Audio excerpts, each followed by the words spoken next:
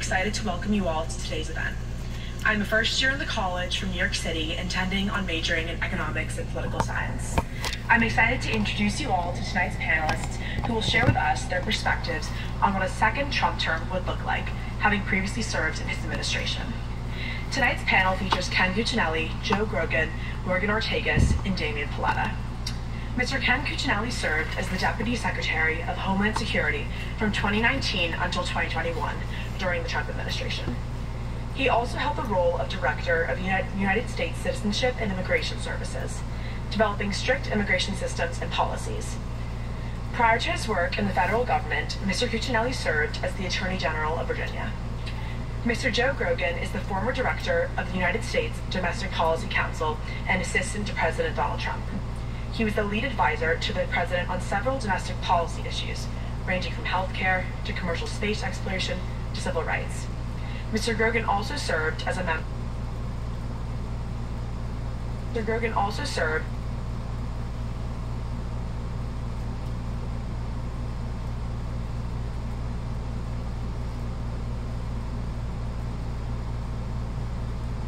Great guests. It's amazing. We are 3 weeks today from the election.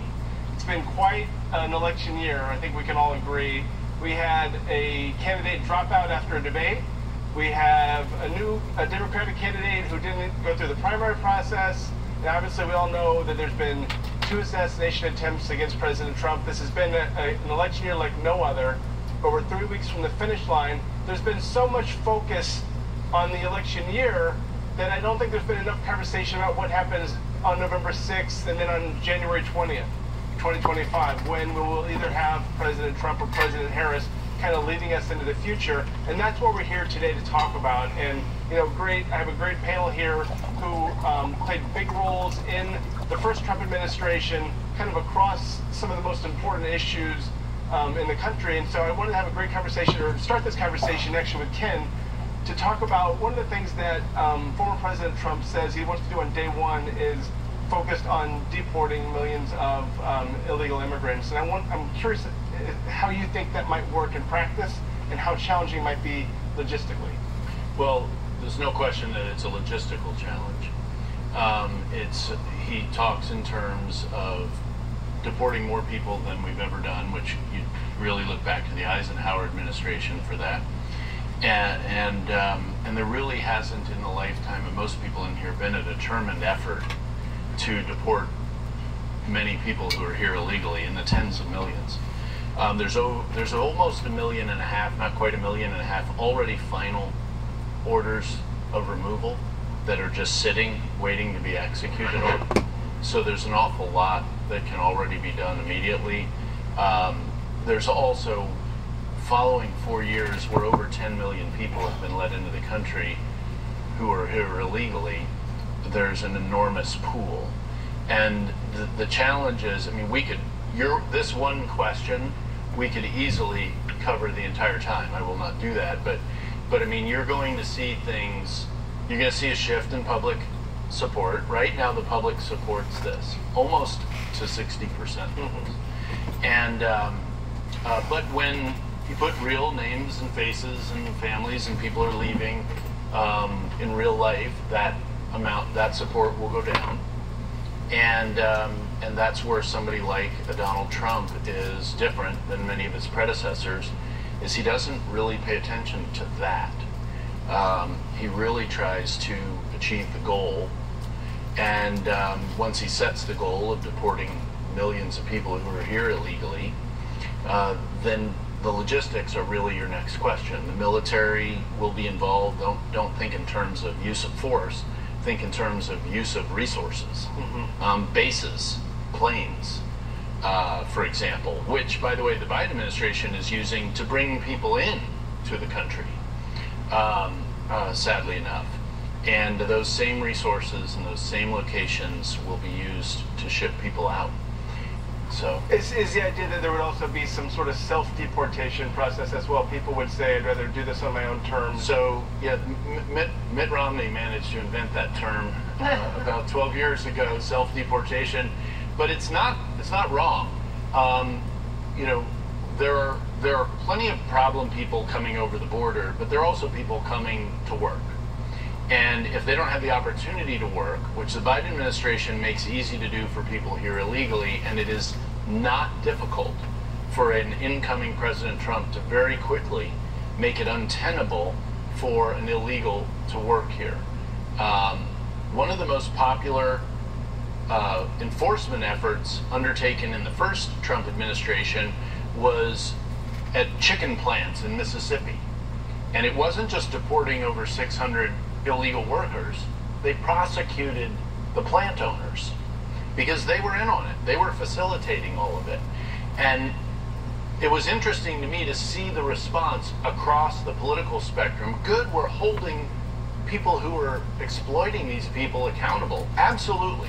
And I think you can expect to see that to be a very big part of a second Trump administration as well. That will grow. It'll be an expectation of incoming U.S. attorneys, which it was not in the first Trump administration, and so they all dragged their feet on it. Now it'll be part of their job, and you'll see it all over the country. Morgan, you played a senior role, in the final 2 years of the Trump administration, and I'm wondering, in the State Department, and I'm wondering what you're hearing from people now. I'm sure they're peppering you with questions. Is he really going to do what he says? What's he going to do in Ukraine? What's he going to do in the Middle East? What do you say when you're getting all these questions from people who want you to explain, the words coming out of his mouth? Well, that's always a fun challenge. Listen, I think it would be very much a continuation. I think there was a divide between the first 2 years and the second 2 years. I probably have a bias to the second 2 years under Secretary of State Mike Pompeo, in which I served. So, I mean, you're asking me about the world writ large. I think there's a couple, key things that you could look at. The biggest challenge that either President Trump or Harris will have to face is restoring deterrence around the world. And once you lose deterrence, having to restore that is probably the toughest geopolitical challenge that you can face. So we're in a world of chaotic disruption ever since the fall of Kabul to the Taliban in August of 21. We have the worst war on European soil since World War II, and we shouldn't take that lightly. That's very serious. I just gave some of the college Republicans a 30-minute diatribe on why we failed from a deterrence perspective there. I'll spare all of you. You have the worst killing of the Jewish people in any single day since the Holocaust.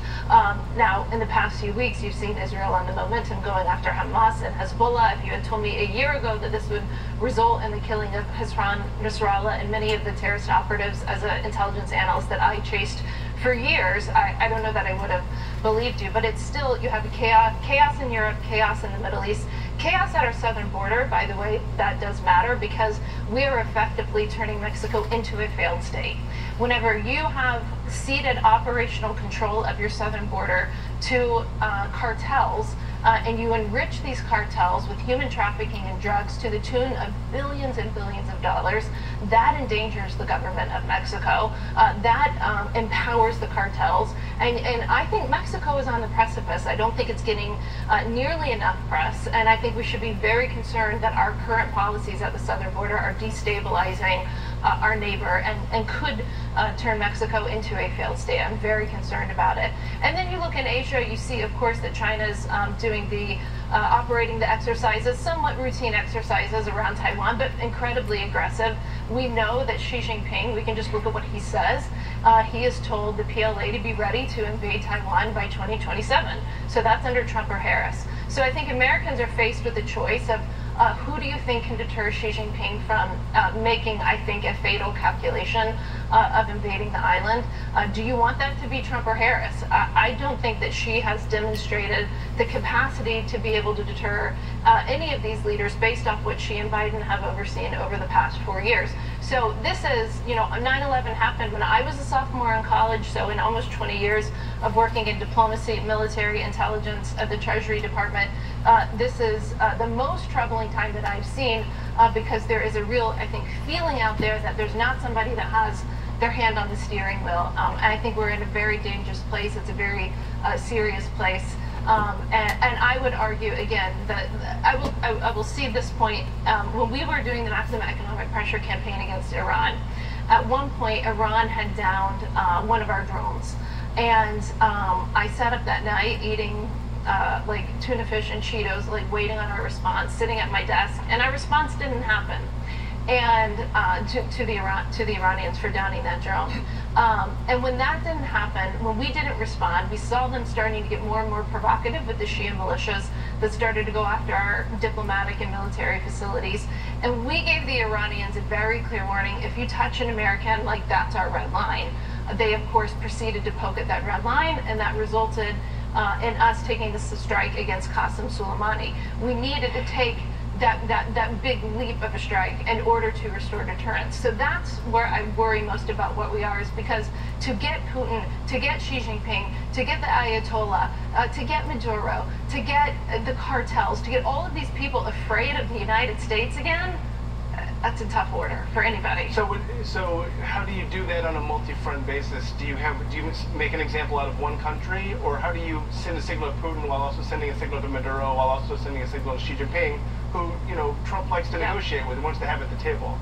Yes, the short, yeah. I mean, you can start with one country. I think the fall. I mean, listen, the iconic images of our U.S. military planes taking off from Kabul with those desperate Afghans holding on to that plane was one of the most disgraceful things that I've seen in my lifetime. I wasn't around for Vietnam, but it certainly harkened back to what I learned about it in school. It was disgraceful, and it made everybody calculate about what they thought that they could get away with. And so I think there's a number of reasons why Putin invaded Ukraine. I think stopping the lethal military aid that we were giving the Ukrainians in the in the Trump administration, stopping the sanctions on the Nord Stream 2 pipeline that we were aggressively pursuing in the Trump administration, renewing the New START treaty, which we were negotiating with the Russians, which they just did a copy and paste and re-up those treaties. People make calculations based off of all of these array of policy decisions. It's not just what one person says. It's an array, it's a whole of government approach. And we showed through a whole of government approach that we weren't necessarily serious about stopping Putin. So he made a calculation that he thought he could get away with it. Putin and Xi Jinping have met with each other over the past 15 years, more than any other two leaders have met with each other. They are besties, as you kids like to say. And they have a no-limits partnership. And when they come out of meetings, I'm paraphrasing, but Xi Jinping has said the world is going to see a change in the world order that the world hasn't seen in 100 years. That means he's serious when he says that. Joe, I wonder if you could help us try to figure out, we obviously saw a different cabinet at the beginning of the Trump administration from the end. We had people like Rex Tillerson at State, then we had people like Mike Pompeo. I think there's an open question about what kind of cabinet we might see from a next Trump administration, because that'll send a signal to America about how he wants to move. Is he going to move faster? Is he going to move more by a coalition? What do you think he'll do if he wins and has a mandate to lead? Yeah, I mean, if Morgan has a problem sometimes explaining what he says, I sometimes have a hard time explaining what he's going to do or what he thinks. Clearly we had a varying level of competence. I mean, Mike Pompeo was one of the best, and we had others who were not that great and didn't last that long and didn't implement policies effectively. I think based upon the way they're behaving in the transition, they're being very smart, and the type of people that I hear they're looking for makes me think they're looking for competence, a combination of outsiders and people who've done this before and can complement different skill sets. So I'm hopeful that obviously we'll tilt towards competence in the last 2 years as opposed to some of the chaos from early on, but we'll see. I mean, it's always difficult you're not going to be able to pick every single cabinet member, because there's one or two that always have a skeleton pop out, or they have a bad hearing, and then you have to go with your plan B. But based upon what I'm seeing, I think you're going to get a pretty decent cabinet. So on the health side, though, let's say he obviously is going to have, RFK Jr. is going to be in his ear, some capacity. We don't know in what capacity. But he's starting to say things that Robert F. Kennedy Jr. Supports, like no vaccine mandates at school. What do you interpret that to mean when he says no vaccine mandate? Is it just kind of COVID specific, or could it be for the first time in decades we have a school policy where there cannot be any vaccination requirements at all? Well, look, I don't think it's going to be no vaccines at all. And I get this question about RFK. Well, first of all, I'm all on board with making America healthy again, and why anybody would be opposed to it, I don't understand. I mean, clearly we are spending more money on health care than we ever have, and we are unhealthy, including just mortality rates. Just, average life expectancy now is lower than it was just a few years ago. We're doing something dramatically wrong. Diabetes rates, obesity rates, suicide rates, depression, the number of young people on antidepressants and behavioral altering drugs, it's a disgrace. So we have to take a step back and say, what are we doing that is incorrect? And it begins with transparency. And when people say, oh, are you worried that RFK is going to mean that the government is going to walk away from vaccines, which are the most important public health intervention in world history, the answer is no. RFK has done less to disparage vaccines than the public health agencies did during COVID. I think Operation Warp Speed was one of the most tremendous private-public partnerships ever devised. But when I'm being told that my daughter, who's 8, can't go to summer camp because she's not vaccinated, that's insane. That's government coercion. When U.S. military members who are 22 are getting drummed out of the service, including special forces, because they're not going to get vaccinated, that's insane. When the public health agencies are saying the vaccine is going to protect you against infection, that's a lie. It didn't. It prevented serious illness and death, and that was on the label, serious illness and death. And our public health agencies were not transparent with the American people, and unfortunately, it is going to take a long time. And it's not going to be about 4 years. This is going to be a 40-year project to rebuild trust in our public health agencies. And I, as somebody who spent 20 years in healthcare, worked for a couple of pharmaceutical companies, and love some of these agencies, including FDA, where I work. We're in a tough spot, and it really makes me sad to see what happened with these mandates and the lack of transparency from the public health agencies. So do you think, can that conversation be had? I mean, I would think that if he's elected, President Trump will be focused a lot on immigration, foreign policy out of the get-go. There's going to be, obviously a lot of things happening behind the scenes on Medicare, Medicaid, and the health agencies, but do you think that kind of work can be done behind the scenes to be ready for maybe some big changes in a year or so? How long does it take? Well, I mean, the joke was, Trump didn't really tolerate a lot of people saying, oh, we thought you were concentrating on foreign policy this week and we didn't have to do anything on domestic policy. He has a way of calling people all the time and saying, where's this thing we discussed in the Oval Office 2 hours ago? Yeah. So I think you can get a lot of things done. I think principally where we're going to start, where I would expect to start, is transparency around data, around information. The government husbands tons of data that it doesn't push out into the system. It doesn't allow researchers to access it. This administration's been terrible on public health data and transparency. CMS data, every university in the country, every independent researcher should be getting easier access to data. Clinical data should be released and disseminated more widely. And we should have a new mandate from our public health agencies that they have an imperative to get data out. It's frequently the case that CDC, for instance, will sit on data for years. And why do they do that? Well, because somebody at CDC, who's the project officer on a grant at a university like the University of Chicago, wants to get a publishing credit. And it takes 2 years to get a peer-reviewed article out. I'm sorry, but no individual at CDC should have their name on a publication paid for with American tax dollars. That data should be out. As soon as it comes in and gets cleaned up and we know it's accurate, it should be pushed out. And if the University of Chicago wants to put it on their website, great. But it's an open secret that one of the reasons why people go to these agencies is they get to see the data before anybody else, and then they can get publishing credits and then go pursue academic jobs. And it's a disgrace.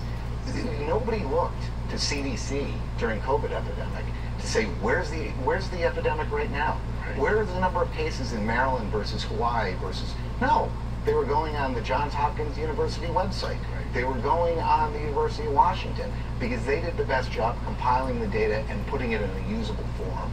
So I think that's, making data out there and allowing the American people and researchers and scientists to judge for themselves would be a key thing that could be accomplished very quickly. And I would definitely expect a transparency initiative, and I would also expect a top-to-bottom review of some of these funding streams. And the simple question, are they making Americans healthier? Ken, the Congress has tried and failed for years to do immigration reform, never really getting that close to the finish line, but there's been bipartisan efforts. Do you see President Trump, moving by executive order first and then trying to bring Congress along for something more comprehensive, or just bypassing that because it might seem like a waste of time? No, I do see him moving quickly with the authority inherent in the executive, and then also, frankly, picking up what was a failing from the first term is they worked so long on their legislative proposal that it never really got out. And if you're looking for a model of what a Trump legislation would look like, look at Australia, which is an economically focused, 30-year-old change for Australia, and it's credited with bringing them economic growth and so forth. And if you believe, as President Trump does, that American immigration is for America, that America is the priority in American immigration policy, then that makes an awful lot of sense. And that is how he looks at immigration.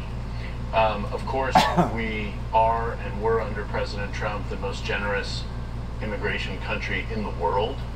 That doesn't go away. That's sort of part of the American ethos, and he continues that despite all the rhetoric and how people may judge him via Twitter or something. But the numbers on that just don't lie. But I do think that's the direction he'll go, but not until he has locked down the border, which, by the way, can be done very quickly if you're willing to use military resources. Again, I'm not talking about invading Mexico. Lord knows we don't want to do that. But I'm just talking about blocking the border between the legal ports of entry. It is almost 2,000 miles long. Much of it is impassable, but for the portions that are the traffic lanes for the cartels, which, as Morgan pointed out, are making more money probably today off human trafficking than they are off drug trafficking. And they have budgets, no joke, they have budgets, and that's how they think of it. This is not some street rabble.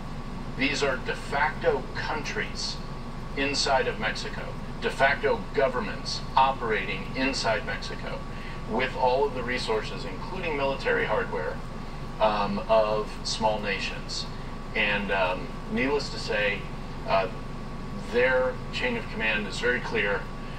Their rule of law is vicious, and Mexico suffers. We suffer from that, and we're enabling it with that open border. And I think that will be the most sweeping, quick thing that you'll be able to see. I think a lot of the health accomplishment can begin based on personnel picked and turning them loose. And I can speak personally to Joe's comment about, you get a phone call. Lots of people who work for President Trump can tell you about like 6 a.m. Saturday morning phone calls, and my wife's like, who was that? I was like, it was President Trump. What? What did he want? He wanted to know why A, B, or C was done this way. And that's real. And the guy probably sleeps 3 hours a night and functions at a high speed all the time and expects everybody else to push that way. He did not have those kinds of people in the early part of his first administration. That is, I fully expect that to not be a problem in the second administration because he's learned that error. And but the border, I think, will be the most visible, quick place that you'll see a massive change. Do you think there will be Democrats in Congress open to, a big immigration deal if he wins? Tester likely could lose Montana. You won't have Joe Manchin, although that seat will go Republican. Sinema's going to be gone. So, maybe some of those deal makers who might have been there, more willing to be at the table, won't be there anymore. Could that make it harder if the Democratic Party moves to the left and really digs in? Well, the Democratic Party has, the center of the Democrat Party that's elected has moved dramatically to the left, and so there are less deal makers there to work across the aisle. And but on the Republican side, the precondition has always been a secure border, and that hasn't existed at a time when decent legislation was advanced. The best chance we had was actually during the first half of the first Trump term, and Paul Ryan, he torpedoed it. Mm-hmm. And that was the best chance we've had in 30 years at comprehensive immigration reform.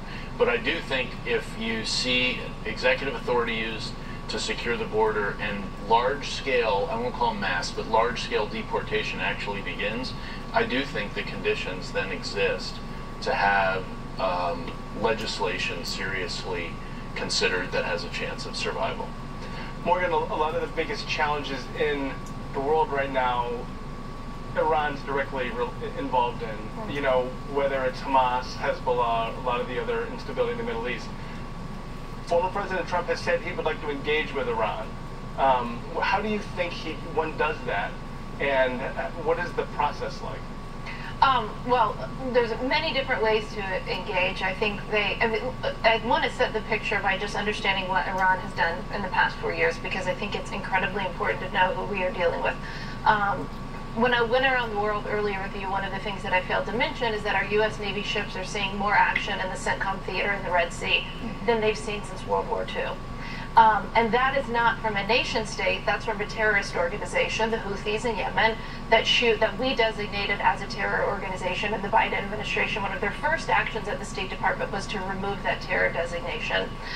It's important to note that you have a terrorist organization, not a nation state, that shoots at U.S. Navy ships and merchant ships on a regular basis with ballistic missiles and with sophisticated drones.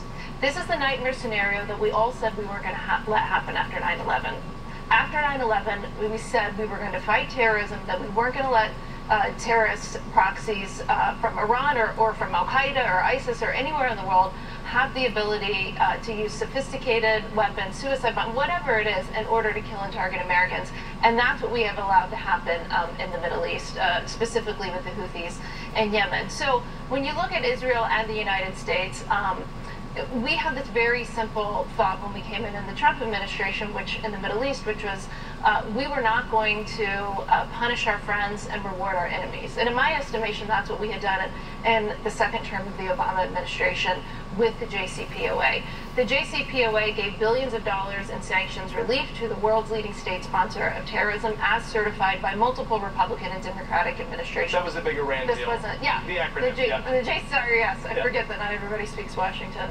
So spoiler alert, what did Iran do with those billions of dollars in sanctions relief? It did not go to public health infrastructure. It didn't go to bridges or roads or schools. It went to the terrorist proxies. It went to things like the Houthis, to Hamas, to Hezbollah, of course. But don't forget all of the Shia militias in Iraq, which work to destabilize the democratic balance there. They constantly are going after U.S. diplomatic facilities. And it's not just, by the way, it's not just the Houthis in Yemen shooting at U.S. Navy ships. The Houthis were able to send a sophisticated drone to get this close to hitting the U.S. consulate in Tel Aviv. And think about how far that is, and the ability to do that. So we have the Biden administration later did a redesignation of the Houthis, but not all the way up to the FTO, Foreign Terrorist Organization label that we had. So you've got the Houthis, you've got the U.S. Navy seeing more action than they've seen since World War II. That's a fairly big statistic. You also have, for the past 4 years, it's only made news this year, you have something that is completely unprecedented in modern U.S. history. And that is a foreign nation state, a terrorist state in the Islamic Republic of Iran, actively plots and threatens to kill and has active assassination attempts, not only against the former president of the United States and the current Republican candidate for president, but my boss, the former Secretary of State, my colleague Brian Hook, who was our Iran envoy, the former National Security Advisor, oh, by the way, and Biden officials as well. So these plots are so active to kill... and they're interfering in the election. I'm not even done yet. Yeah. Not there. So they're trying to kill former Trump and Biden officials on U.S. soil. Untolerable. The fact that we have tolerated this for 4 years, and by the way, allowed Iran to export oil, we haven't enforced the sanctions. We took, according to the Ayatollah, we cost the regime about $200 billion in our maximum economic pressure campaign. Some think tanks estimate that the Biden administration has given them another $100 billion, plus the $6 billion that we gave them about 2 weeks before October 7th for the most expensive hostage negotiation ever pursued whenever we were seeking to get 5 Americans out from Iran. So you have them trying to kill U.S. officials on our soil, unprecedented. It's disgusting that it's happening. You have them going after the U.S. Navy through their proxies. You have them going after U.S. military and diplomatic facilities. According to the Biden administration, they are interfering in our election online through misinformation, through social media. And according to the Biden administration, they are funding a lot of the anti-Semitic, pro-Hamas, pro-terrorism protests on university campuses in major cities around this country. The fact that we are tolerating the Islamic Republic of Iran to act like this, considering everything that they're doing, that makes the Russia hoax look like a fairy tale. Right? Russia only wishes that they could do everything that I just named that the Islamic Republic of Iran is doing. So you finally have somebody in the state of Israel, in the prime minister, standing up to them, and what happens? In April, they shot over almost 300 projectiles, including ballistic missiles and including drones, at Israel. This was unprecedented, that you had attack from physically within Iran to physically within Israel. What did President Biden do? He told Bibi Netanyahu to take the knee. I saw it happen that evening. It was a Saturday night, and I couldn't believe it, because I said, this has to be answered for. But because, you know, not the Iranians themselves, they're amazing. The Islamic Republic they're not that smart. I mean, they just lost their foreign minister and their president because they put them on the same helo over a mountainous, like, cloudy region. Like, that's pretty stupid. So they're not as, you know, they're not as sophisticated as they sometimes get credit for, but because they do stupid stuff. How does Trump engage with them then? I mean, given all the things you just listed. I think that you have, I mean, listen, so they did the attack in April. They just did the attack against the Israelis. Thankfully, they're bad shots, but you can't forget the fact, you can't dismiss the fact that they sent 180 ballistic missiles at Israel. So thank God for advanced weaponry, anti-ballistic, you know, missiles from systems from the United States and from Israel. So this kind of thing can't go unanswered. I don't know how Netanyahu will respond. I was with him last Monday on October 7th and was with Minister Dermer and a lot of his war cabinet. He did not tell me exactly what he's going to do. But I think the Islamic Republic of Iran only respects strength. They only understand strength. I think they will continue to shoot ballistic missiles at Israel if they think they can get away with it. So there's a number of IRGC and military targets that I think are fair game. There's a lot of talk in the U.S. about whether they could hit the nuclear sites. They probably need U.S. assistance to do those. But as we've seen with the pager and the walkie-talkie bombers, Israel has the capability and capacity to be quite creative in their attacks. But you know, until the Islamic Republic feels the pain for their actions, they're going to keep doing it, right? It's no different than, like, I have a toddler. It's no different from my toddler. My toddler's going to keep pressing and doing something until she knows that she can't do it. And the regime is no different. They will attack American forces. They will attack Israel. They will send ballistic missiles. They will try to kill American officials on U.S. soil until there is a response to them that decapitates them. And if that response doesn't happen soon by Israel, I promise you that response will happen in the next Trump administration. Joe, you were talking about some of the things that the government does just because the government does that maybe they came up with. There was a reason 40 years ago that made sense, but maybe it doesn't make sense anymore. One of the things that I think when I talk to CEOs, they're most intrigued about is this government efficiency commission that Elon Musk would lead. And, you know, would come in with new eyes and say, this is dumb, why do we have 16 agencies regulating that? You know, like, let's just come up with a plan to restructure stuff. How effective do you think that could be?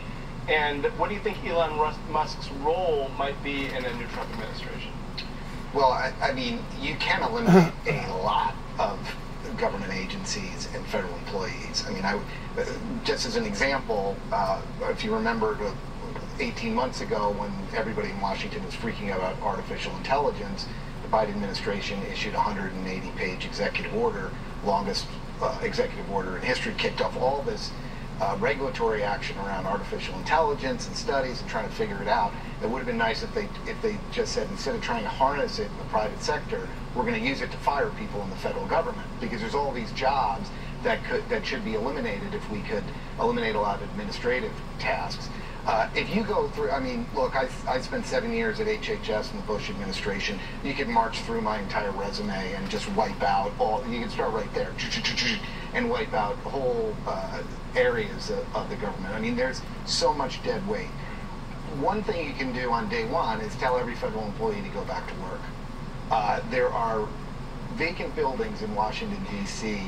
There are buildings that are 20% occupied on a good day because the federal employees aren't there. You have federal employees reporting to White Oak, where FDA is headquartered, and they're living in California. I mean, there's no way that they're coming back to work if they're told to. So you can eliminate a lot of workers. Now, are they going to say, hey, come back for 5 days a week, come back for 4 days a week? We'll see. But I think that the number of federal employees can be dramatically reduced. You go through agencies that don't do anything, that were just created under the Biden administration. This ARPA-H thing, which is supposed to be the health department's equivalent of DARPA, the super duper throw deep research enterprise that the Defense Department has. They're not doing anything. They're just supplementing funding for other agencies. You could go through whole sections and just say, what is this agency really doing? There's so much redundancy, different programs that do so. Medicaid pays for air conditioning in many places. There is also a low-income home energy assistance program. That also pays for air conditioning. Why should New York get this LAHEAP funding when they don't allow fracking and they don't allow fracking pipeline in their state? And then you have to ship pipeline all the way, or you have to ship natural gas all the way around the Gulf of Mexico or import it from Europe if you want to get natural gas in the Northeast. It's crazy. So maybe LAHEAP should be eliminated for all those states in the Northeast that won't allow fracking pipeline, natural gas pipeline, or fracking in their state. I mean, there's all sorts of things you can do. There's a number of things you can do through executive order or a stroke of a pen. You can riff people, but a lot of it's going to require congressional action, and there's plenty of congressmen who are going to say you can't, who talk a good game about how they want to cut the size of government, but when it affects their home district, they're going to squawk. So we'll see what gets done. I have no doubt that Elon Musk will identify a lot of things that can be eliminated and probably should be eliminated, but I think, empowering, setting the direction in that for that cause can really free up a lot of creativity for cabinet secretaries and for agency heads to say, okay, you know what, I'm going to request 0 for this program instead of 5% more than what I got this year, because that's generally the mark of success for a cabinet official, is how much more money they get. I mean, I've been involved in these discussions numerous times over my career where the end of the year there's leftover money and suddenly TVs show up in the lobby of a cabinet official's building, and it's just a disgrace that this idea that you can't give money back to the taxpayer because if you don't spend it, then Congress is gonna cut your budget next year. Well, they should cut your budget. Well, and by the way, this constructively engages the career employees who know where the bodies are. Right. And plenty of them are happy to make the place run better. They're proud to make the place run better. And they know better than a lot of us frequently that means shrinking it. Right. Smaller is better. Yeah, I had plenty, when I was at the Office of Management and Budget, I had plenty, I mean, that's what their job is, obviously, to tell me not to sign off on new spending. But they would have great arguments. They'd be like, well, this was tried in the Obama administration, this program was tried, and it was a spectacular failure. Don't let this Republican appointee suggest it as well and get a budget request up there, because it's not gonna work either. Do you think this could finally be, if Trump wins, the time when they do get rid of the Department of Education, which I know has been kind of a Republican wish list agency for a long time? Do you think it could finally be dismantled? I mean, if you look at where we are as far as education outcomes in this country, where we were when it was created, it's an indicator of failure. So I certainly think the argument can be made. The bigger question for me, frankly, is, and I'd love to see the Department of Education get wiped out. What do you do with all these student loans on the balance sheet? I mean, because in the Obama administration there was this push to nationalize student loans and take the banks and quote-unquote the profit motive out of student loans. We've put the federal government in all of it. The financing has gone completely haywire. We have all these non-performing loans. People can't discharge them in bankruptcy. And how you get these trillions of dollars in student loans off the federal balance sheet is not a simple problem. So, and how do you continue to make student loan? We can't continue in the manner which we're conducting our student loan operations now. It is not performing, and it's not performing for students. It's not performing the American taxpayer. It's not performing for universities. So that to me is a bigger issue. But I would love to see the Department of Education get wiped out, and I don't think it would affect education outcomes in any way, shape, or form, and would probably improve them. We're going to take questions from the audience in just a few minutes, so please, in students first, head to the microphones. Ken, I wanted to ask you something that got a lot of attention a couple of days ago when former President Trump talked about using the National Guard and the military domestically if he said needed to kind of go after what he coined as the radical left lunatics, I think related to the election. You know, the idea of using the military for domestic security purposes, I think, gives a lot of people pause.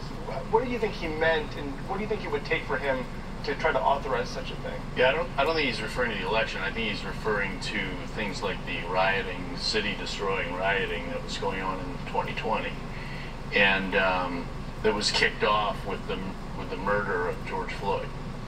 And which was obviously itself terribly wrong, but it wasn't a legitimate basis to start burning cities down. And you had mayors and governors, Minnesota walls, Oregon, Portland, Washington. I can go around the horn because I was dealing with moving people to these sites that were intentionally surrendering. Chicago, parts of Chicago. You all had a very interesting superintendent, I believe is the title of police, Brown, I think, did an outstanding job, or tried to, and was badly interfered with in that respect and had very little backing from the governor. It's those circumstances that I think Trump is talking about, and there is no, that's completely consistent with the law. People can state their discomfort with it, but any time that other resources are inadequate to the task, the president can use those resources for law and order. So there's a law, post-Civil War law, Posse Comitatus, signed that took. Hasn't it been used very much? No, it's never really been successfully used. It's been talked about a lot. It set an expectation, but Posse Comitatus removed the ability of, and I'm going to zero in on the word posse because I know you all know what a posse is.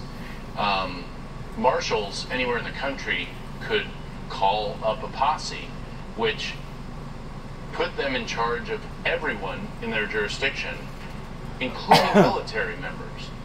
And that was very uncomfortable for the military members. They didn't want to be under civilian authority. And this was post-Civil War. The Democrats were trying to get troops out of the South from protecting new black citizens. And the same president who signed Posse Comitatus moved the military down into Arizona for a year and a half to act as a police force. So understand that you go back to the very beginning of that law, and the people who implemented it were perfectly comfortable with the military as a police force when they didn't have another alternative that was effective. That's what Trump is talking about. It's perfectly legal, and if people are going to otherwise let cities burn, it seems to me a hell of a lot better alternative. We have a question over here. I just would ask the questioners to identify yourself and tell us where you're from as well. Hi all, my name is Christopher Phillips. I'm a fourth-year undergraduate in the college. I'm from Southern California. I'm interested in learning about how you all think that the fact that Donald Trump would only have one more term and therefore doesn't have re-election concerns, at least personally, how that might affect what he looks at doing in his second administration. Great question. It's a very interesting question. I think it will affect some of what he does, and for some of it, it'll be a damn the torpedoes kind of an approach, and for other things where he has been, and I don't say this as a negative, he's a bit transactional. So he says, I'll do this, and a constituency likes that, and by golly, he does it.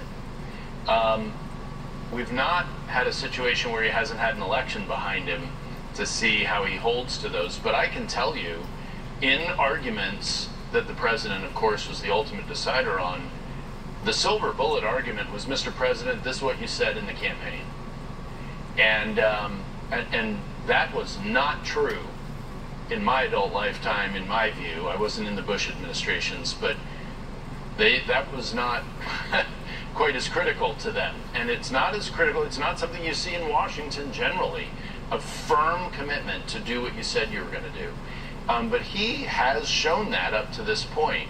It is an interesting question whether that gives way a bit without an election behind him, but I think he sets that as his own standard, and that's why he does it. I don't think he looks at this from an election standpoint the way so many others in Washington do. I think it'll be more determinative if he has the House and the Senate, than the fact that he doesn't have an election. So if it's a clean sweep on election night, there's obviously so much more that you can do. If you have both chambers, if you don't, it's divided government, then that's a completely different calculation. The Senate map looks great for Republicans this year. I mentioned the college Republicans earlier. It's mostly a question of by how many seats the Republicans have the majority in the Senate. The Senate map does not look as good in 26, nor is it historically that great for incumbent presidents. So I think, and I would defer to Joe on domestic policy, but I think you're going to have to get, if you do get the House and the Senate, you try to get as much done as possible in the first 2 years, because you never know what the makeup will be in the second 2 years, regardless of whether there's another presidential election, which he obviously won't have. Yeah, just briefly, I mean, look, we're spending $1.8 trillion this year that we don't have, and we're not in a war. And we've got to get this spending under control. We've had presidents who were very concerned about the second term. This will be the first president in a while we don't have to worry about that. And we got to confront it. We've got to confront it aggressively, or we're in far deeper trouble than we have been in a very long time. So I'm hopeful, and I think he will. You know, he was at the Economic Club today, and he was questioned about those economists who are predicting inflation and increased spending. I actually disagree on that. I think there's going to be an imperative among his economic team to get spending under control and get the national debt and the yearly deficits under control. We have a question over here. Yes, my name is Eduardo. I'm a freshman from Brazil in the college, and my question is regarding inflation and cost of living. And I was wondering which proposed policies do you think you should implement to improve the cost of living, which is the biggest concern for upcoming voters in November? Great question. I'll start with, obviously, if you get spending under control, that's going to help control inflation. Energy, if you can start laying more pipeline and drilling more of that, is going to bring down the cost of goods and allow for goods to be shipped better. You know, it's funny because he gets hit a lot. I mean, the Harris campaign started off really being aggressive on health care, and they backed off on some of that because the data really is not in her favor on this. In Obama's last year in the White House, the premiums for the ACA health care premiums were up 25%. In Trump's last year, they were down 1.7%. The Inflation Reduction Act was supposed to improve health care costs for seniors and drugs, and they have shot wildly up. Premiums are up over 20% for seniors, and all the savings have disappeared. So I think if you see a number of these policies that the Democrats have promised, that Biden promised, in actual reality, voters are seeing that they have not played out the way that they were supposed to, and it's really crimped. So I think if you get more choice and competition as a free marketeer and in the home of free market economics, Chicago, I think we'll get costs down and inflation will come down. Yeah, and since we're at the University of Chicago, if I could just add an economic comment, the deficit is printed money. It's printed money. 2/3 of the deficit, and I'm using very rough numbers from the example I know, the COVID stimulus money, 2/3 of it was printed. Well, what about the other third? The other third was debt sold into the market that people were willing to buy. No one in the world is willing to buy 2/3 of our debt. And it literally, every dollar they print shrinks the dollar in your pocket. And I believe more and more Americans understand the connection between government overspending and their painful family budget. than has ever understood it before, and I think that puts a lot of public pressure to do exactly what Joe talked about, which is to start being serious about bringing that deficit down. It's great to see lines of questions. It kind of warms my heart. So please, next. Hi, my name is Madeline Schreiber, and I'm a first year in the college. As a young woman, an important issue this election is abortion, and I was running in terms of campaign rhetoric versus what is actually implemented once the person is in office, what you expect to see from President Trump if he were to be elected for a second term. So, all right, Joe, let me add to that question actually, because President Trump has said he wants the states to kind of run this, but there's going to be some decisions that run up to the federal level if he wins the presidency. So how do you think he would handle this issue? Yeah, I think it's interesting because, look, when I went to law school as a conservative, and conservatives were talking about Roe v. Wade, the argument was, and the argument of many in the Federalist Society was, if Roe v. Wade gets overturned, it will give this issue back to the states and let the electorate decide. And that's exactly what happened. I do think some people in the pro-life movement have tried to move the goalposts on this and say, well, wait a second, we never agreed that when Roe v. Wade gets overturned, it goes back to the states. It's important to note that the pro-choice movement has won every single state referendum. So I'm watching, it's interesting because I'm watching pro-lifers, some, really go after Trump for some of his rhetoric and say he's abandoning us. Kind of view this differently. I think it's incumbent upon the pro-life movement to win these referendums. I mean, Trump delivered on what he said he was going to do. He overturned Mexico City, which was U.S. taxpayer dollars to go internationally to provide services, abortion services, and to organizations that provide abortion services. He restricted taxpayer dollars for abortions, and he put originalist judges on the Supreme Court who ultimately did overturn Roe v. Wade. I take him at his word that he wants to keep this issue with the states principally. There are some federal issues that will arise. It's principally around federal funding of taxpayer dollars, which used to be the Democratic Party's consensus opinion until very recently.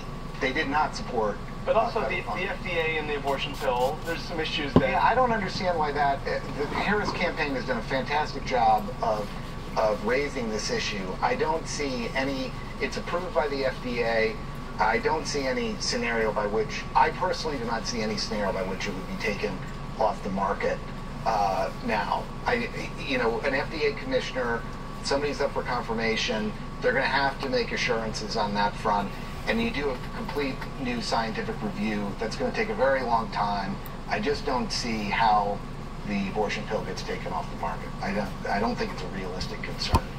Yeah, I would just add back to a comment I made earlier. I'm a proud pro-life person, but President Trump is not pro-life, and he has never been pro-life. He's never really claimed to be. He's told pro-lifers, look, you think judges are important, I'm going to get you originalist judges, and he put a list out there, which is something that I really appreciated. Talk about accountability. You knew what you were going to get. So he hasn't changed, and well, wait, I will say this, though. He can be counted on to do what he's saying he's going to do. And in this case, which means not doing a lot, certainly not in the legislative arena. I do recall one conversation I had with him in the Oval Office. This was after Ralph Northam, the governor of Virginia, was caught on a radio show talking about a late-term abortion and talking about a child who would have survived an abortion. What do you do in that circumstance? And Northam said, well, we have a conversation about whether or not the baby's going to be allowed to live anymore, whether or not you do life-saving interventions.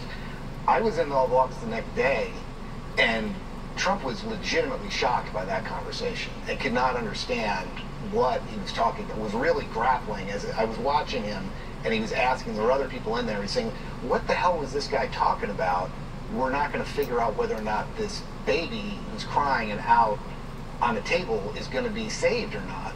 So I do think he is not pro-life in the sense of life begins at conception and it needs to be protected from the moment of conception. But I do think there is a grid in which he views where there are certain boundaries that offend his conscience. And late-term abortion would be one of them. And the conversation that Northam had on a radio station would be top of the list. Great question, thank you. Let's go over here. Wonderful. My name is Harriet. I'm a second year in the business school, and I wanted to ask, last year Cassidy Hutchinson came to the university and we heard from her, and she really talked about the nervousness around who would be in a Trump administration for a second term. And I'm curious for each of you, if you were asked, would you serve in the administration, and how would you handle, Ken, to your point around Trump doing what he says around potentially going after political rivals? Political what? Political opponents or rivals. Right. Oh, well, I'm not quite sure what you mean in terms of how. I mean, he's doing that right now. Well, like prosecuting. Or prosecuting is what I mean. Look, if people break the law, then they break the law. The simple solution for equal application of the law is to apply it to everybody. It isn't to come up with the same set of exceptions and then fit everybody into them. But I fully expect that you're going to see him maintain his aggressiveness that he had in the tail end of the first term. Campaigns don't necessarily reflect how he'll behave, though the policies, I think, as I've said repeatedly, will be accurately reflected.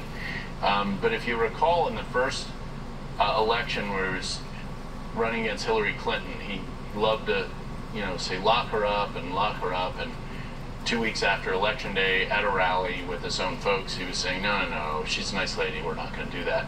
So I take that as some of the harder edge stuff that may be more questionable would come off the table. But if people have broken the law, then they should be prosecuted.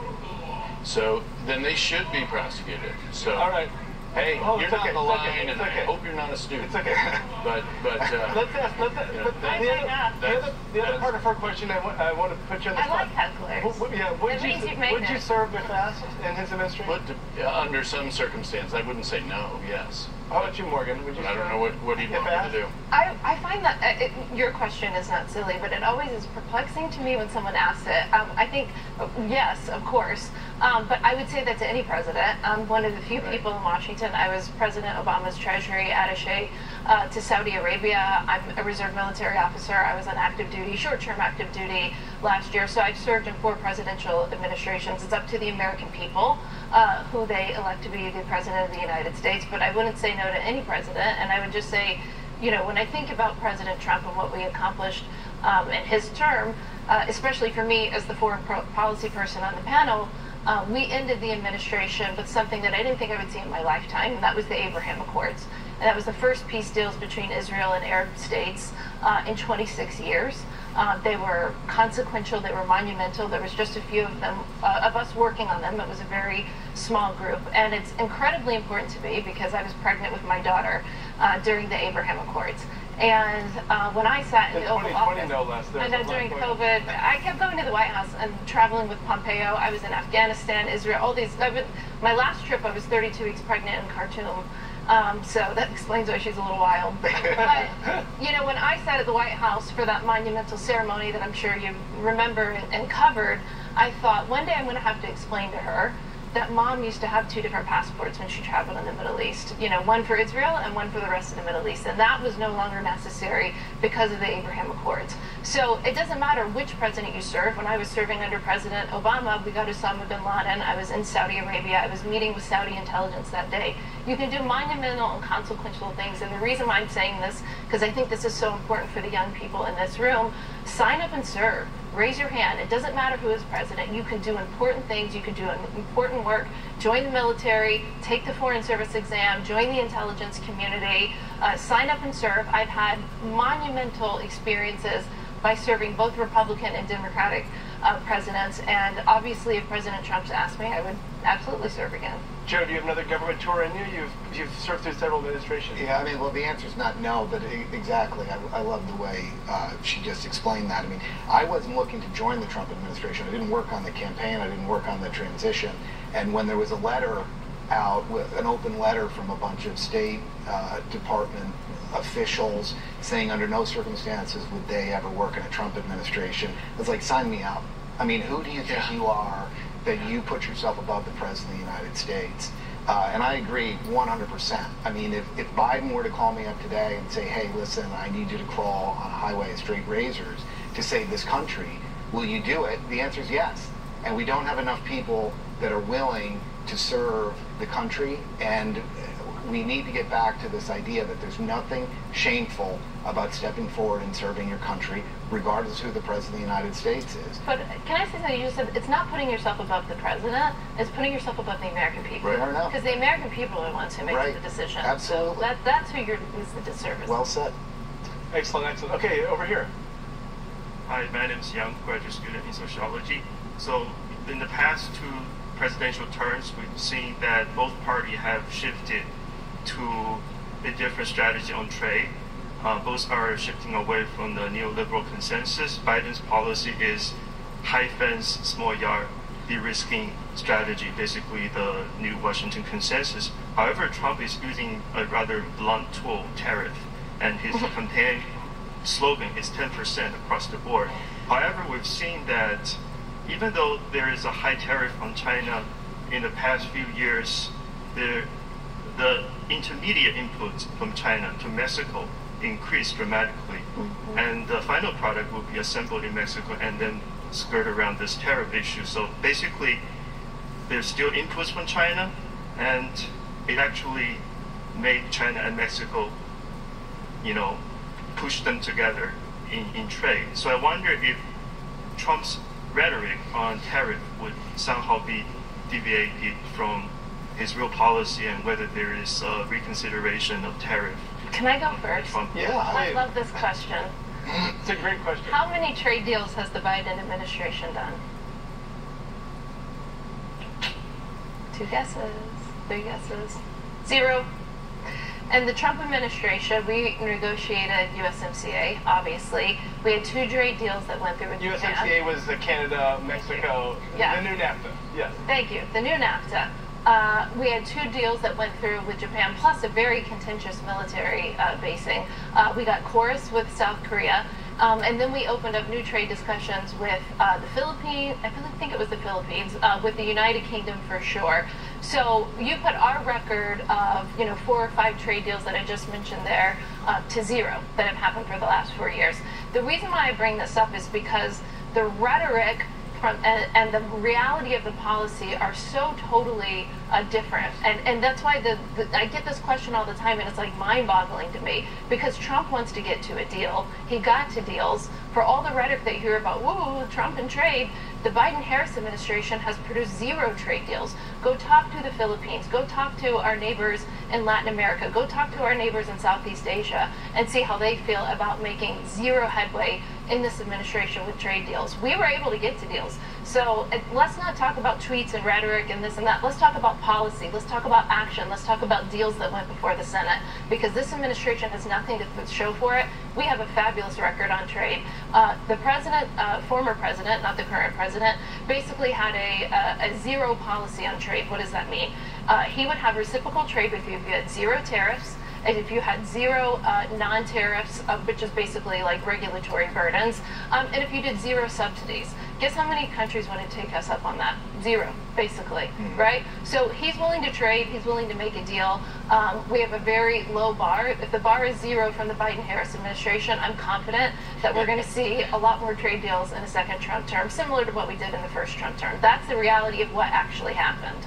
Yeah, I'd just say tariffs for Trump it's leverage.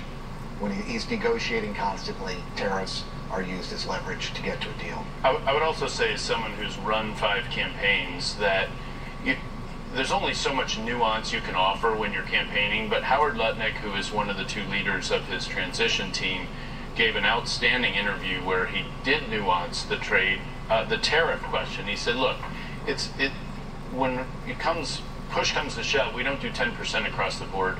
We do the things where we don't have industries, and they do. Whoever they is, China is the usual target of that conversation. So you're not impairing American consumers at the minimal amount while you're enticing industrialization in the United States in the industries where that makes the most impact. So it is not, campaign rhetoric only gets you so far, And that's not a fault of either candidate because they're stuck with time limits and attention limits of the audiences they're talking to. But I thought Howard Lutnick really did a good job of talking about the nuance of that. And Joe's exactly right. Trump is a negotiator, and it's leverage, and it worked. We got the best immigration cooperation with Mexico both ways. They got it from us too. When tariffs were used as leverage because they need us more economically than we need them. All right, let's try to squeeze in 2 more questions quickly. Please, go ahead. I am Felipe, and I'm a freshman, an international student from Brazil. And my question for you today is, back in June 21st, 2024, Trump made the following claim regarding foreign national students, and I quote, "What I want to do and what I will do is when you graduate from college, you should get automatically, as part of your diploma, a green card to be able to stay in this country." And considering how this policy prioritizes legal, highly educated immigrants, which ultimately benefit the American workforce, as they would otherwise often leave for economic rivals such as China, and also assuming the Republican Party's victory in this election, in how many years could we expect this promised policy to be implemented? And what are some of the other plans of the Trump administration regarding international students? Before you graduate, Felipe. Yeah.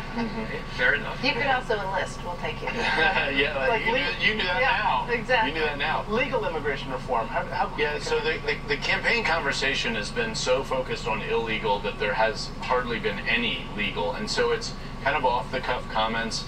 And I'll tell you, look, I don't support that policy, but President Trump does think that way. And he views that, look, this is a potential economic asset. Again, back to the Australian model from 30 years ago.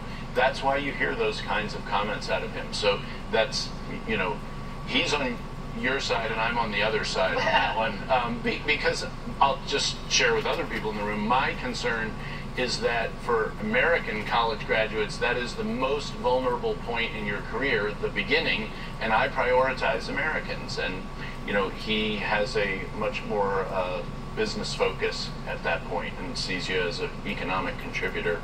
Not that I don't, but that's a priority. Let's go over here.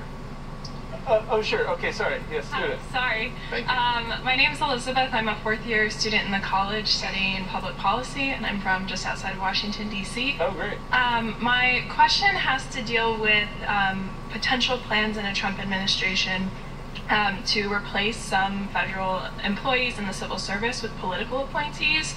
I was curious not just about how you think this might impact efficiency, but also how in agencies like the Department of Justice, what kinds of safeguards you think might need to be implemented in order to prevent political influences in kind of ensuring the rule of law. Joe, go ahead. Yeah. Yeah, so a couple things. I have been privileged in my career in the federal government to work with some outstanding career employees.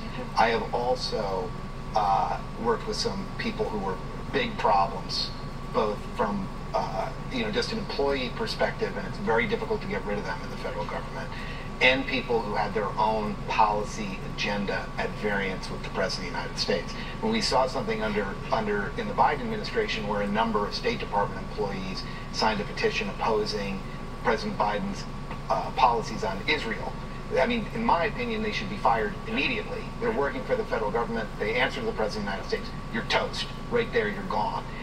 The issue with what you're talking about is career employees who are in policy-making roles. And over the years, a number of positions have been taken over by career employees, and they're really making policy. And there was a push in Trump's first term, and it came out at the end, to say these people should be converted to political appointees and be able to be fired by a Democrat or a Republican president and replaced. And it was a very limited, targeted policy. It was not about a wholesale redoing of the federal workforce. It was a very small percentage that would be affected by this. You would be astounded at the number of political appointees at some of these agencies. I mean, it is extremely limited, and it's very hard. When I was at FDA in Bush, I was one of 2 political appointees.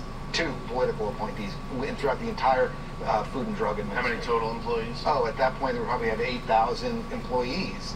there. So how can you move policy? Do you want to make America healthy again and steer that agency in a different direction? Can you do it?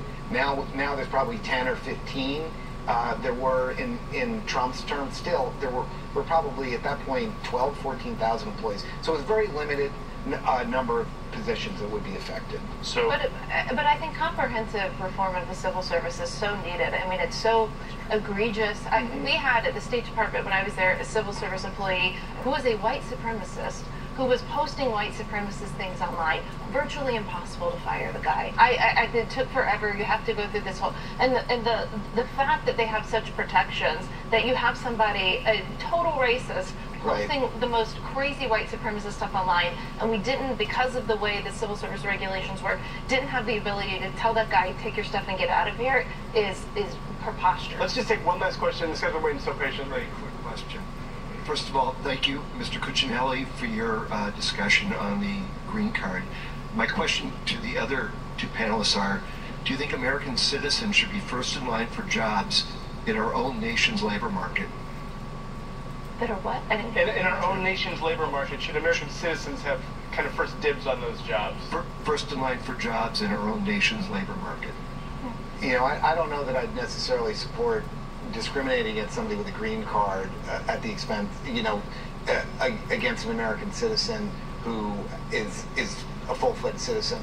I think, though, you know, a key part of this reform is, and Trump's thinking around this issue is that the massive influx of illegal immigration right now are depressing the working class wages. And if we can control the inflow, we can get wages up for people starting off at the bottom, but a rising tide will lift all boats. Morgan?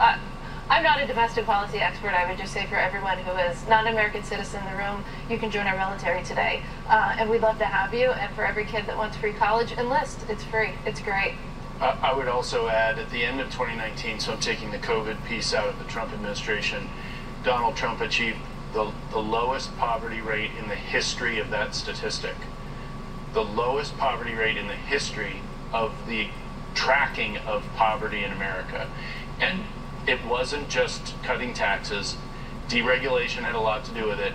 But the kicker was actual enforcement of immigration laws that made businesses compete for American work at the low end of the economic spectrum. And you know whose pay rose the most in the last quarter of 2019? The poorest Americans' pay went up by the biggest percentage. That's why we had the lowest poverty rate. We spent more months under 8% black unemployment under President Trump than the rest of my life combined up to his presidency. That's how good his policies helped poor people in this country who really still don't have a voice in the political discussion. Okay, we're over time. I just want to thank the panel so much. Please, let's give them a round of applause. That's a great conversation. Thank you. And I want to thank the University of Chicago Institute of Politics, and thank you to all the attendees as well. Have a great night. Thank you. That'll be it for that. We want to thank you for taking a part in listening and watching that. I didn't want to share my opinion one way or the other pertaining to what they were saying, because I felt like that from a futuristic standpoint, to give these individuals or these bodies room to express themselves in how they feel, what they can see, what they have foreseen in the future, and etc. That way it'll leave the viewer with their own opinions. Thanks again. I did admire the fact that the young lady there towards the very last said that from all perspectives pertaining to young people, volunteering for the military is a predominant position and noble position to be a part of. I do want to say I appreciate her saying that. Thanks again. Good luck. God bless. God bless our military. God bless the United States. And God bless our endeavors towards where we go from here. Shalom.